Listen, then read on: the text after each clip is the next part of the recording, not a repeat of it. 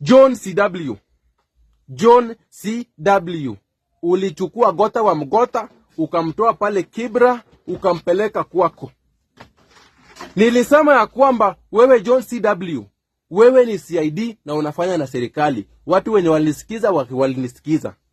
Mimi nimewahi kuja kwako na nikakaa kwako na ukanitreat vibaya, na mimi nakujua vizuri. Gota wa Mgothe amepotea. Kwanza tunataka kujua Gota wa Mgothe ako wapi? John CW, ulitumwa ukuje umalize bunge la mwananchi ya Jacaranda, lakini haukufaulu. Mimi wacha nikwambie, nimeona unataka kurudi hapa kwa bunge la wananchi Jacaranda.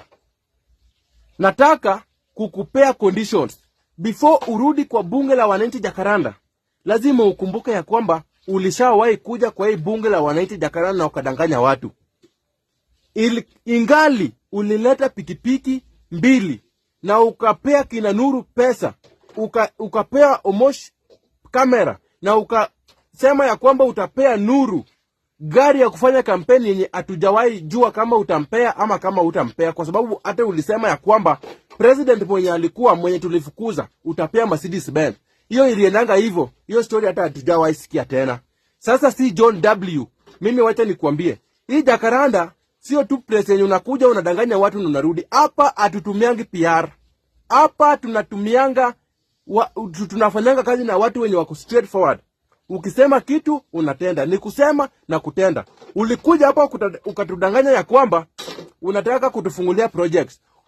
Ukatukusanyika mahali pamoja ndio upige picha, upige video, watu wenye wako huko juu waone ya kwamba uko na wafazi wengi sana, ndio wakutumie pesa. Najua ulitumiwa pesa mingi sana. John CW, before urudi hapa Jacaranda, tunataka kuona ile Mercedes Benz yenye ulisema imefika hapa Jacaranda na tukapea president wetu mwenye yako sahihi. Before ukuje, ulisema ya kwamba utaempower wamama. Before ukuje, tunataka kuona wamama wamekuwa empowered na wako na vitu ya kufanya. Before ukuje, ulinipromise pikipiki. Nataka hiyo pikipiki. Before ukuje, tunataka kujua Gota wa Mgothe ako wapi. Before kesho. John CW, watu sio wajinga. Kama unadhani kuna watu wajinga hii Kenya, basi wewe ndio mjinga na pamoja.